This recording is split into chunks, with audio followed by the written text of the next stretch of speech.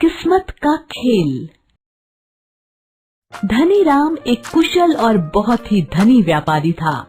उसने अपने धन से गरीबों की बहुत मदद की थी, अनाथ आश्रम एवं धर्मशाला आदि बनवाए और अपने दानी स्वभाव के कारण धनीराम का पूरे नगर में बहुत सम्मान था।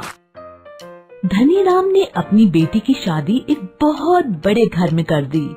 फिर भी बेटी के भाग्य में सुख नहीं था, क्योंकि शादी के बाद पता चला कि उसका पति शराबी और जुआरी था।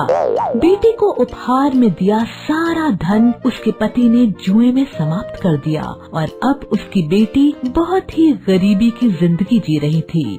एक दिन धनीराम की पत्नी ने धनीराम से कहा, आप जानते ही हैं कि हमारी बेटी का पति जुआरी है और हमारी बेटी बहुत दुखी है। आप अपनी बेटी की सहायता क्यों नहीं करते? यूँ तो पूरी दुनिया की मदद करते फिरते हैं।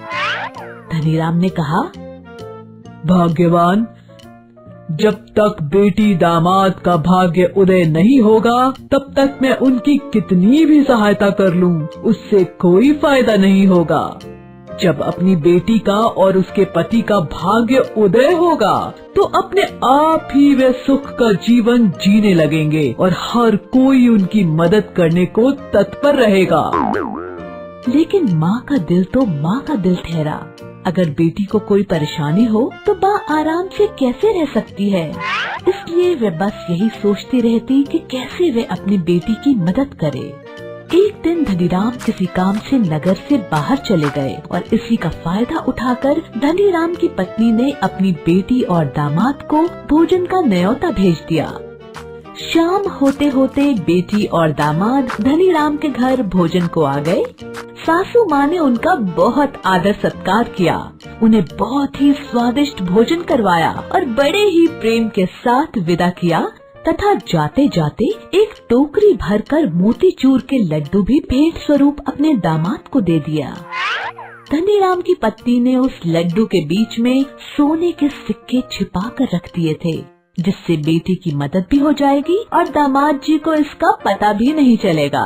बेटी और दामाद जी विदा लेकर चल देते हैं। रास्ते में दामाद अपनी पत्नी को सुनाकर कहता है, कहने को तो तुम्हारे पिता इस नगर के धनवान व्यापारी हैं और विदाई में क्या दिया? केवल मोतीचूर के लड्डू। कौन इतना वजन उठाएगा? ले जाकर इन लड्डुओं को किसी मिठाई वाले को बेच देता हूँ, मेरा कुछ वजन तो कम हो ही जाएगा। ये बात कहकर दामाद ने लड्डुओं की टोकरी एक मिठाई वाले को बेच दी और बदले में कुछ रुपए ले लिए। शाम के समय धनीराम अपने घर को लौट रहा था। रास्ते में वही मिठाई की दुकान दिखी जिसपे उसके दामाद ने मोतीचूर के लड्डुओं को बेच दिया था। धनीराम को मोतीचूर के लड्डू बहुत ही पसंद थे, इसलिए धनीराम ने मिठाई वाले से वही मोतीचूर के लड्डुओं की टोकरी खरीद ली और अपने घर ले आया। धनीराम की पत्नी ने जब देखा कि लड्डुओं की टोकरी सेठ जी लेकर आ रहे हैं तो उन्होंने पूछा, ये क्या लेकर आए हैं? धनीराम ने कहा, तुम्हारे लिए मोतीचूर के लड्डू लाया हूँ, एक मिठाई की दुकान पर दिखे तो ले आया। सेठानी ने लड्डुओं की टोकरी पहचान ली और लड्डू फोड़कर देखा तो उसमें वही सोने के सिक्के निकले जो उसने डाले थे। सेठानी ने ये देख अपना सर पीटा और धनीराम को सारी बात बताई। धनीराम ने अपनी पत्नी को समझाया, जब तक भगवान किसी के भाग्य को नहीं जगाता तब तक उसका भाग्य नहीं जागता, फिर चाहे कोई भी कितना ही प्रयास क्यों न कर ले। देखो, ये तुम्हारे सोने के सिक्के वापस तुम्हारे पास ही आ गए, क्योंकि ये सिक्के ना तो तुम्हारी बेटी दामाद के भाग्य में थे और ना ही मिठाई वाले के भाग्य में। शिक्षा: वक्त से पहले और नसीब से ज्यादा किसी को कुछ नहीं मिलता।